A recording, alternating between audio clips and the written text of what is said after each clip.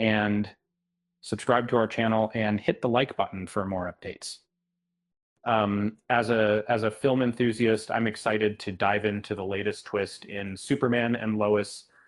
The show has taken a bold step by introducing Steel, DC's version of Iron Man, as the new hero to replace Superman.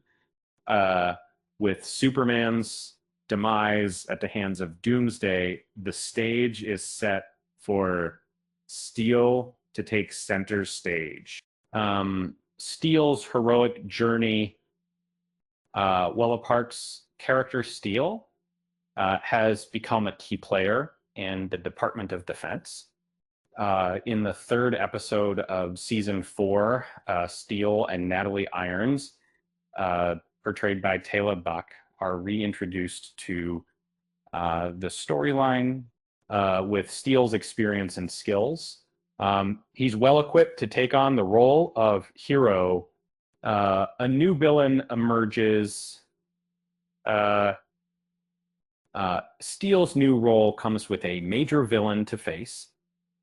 Doomsday, the same creature that killed Superman,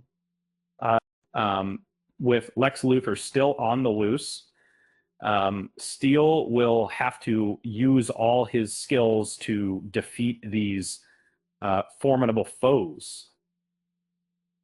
A possible happy ending.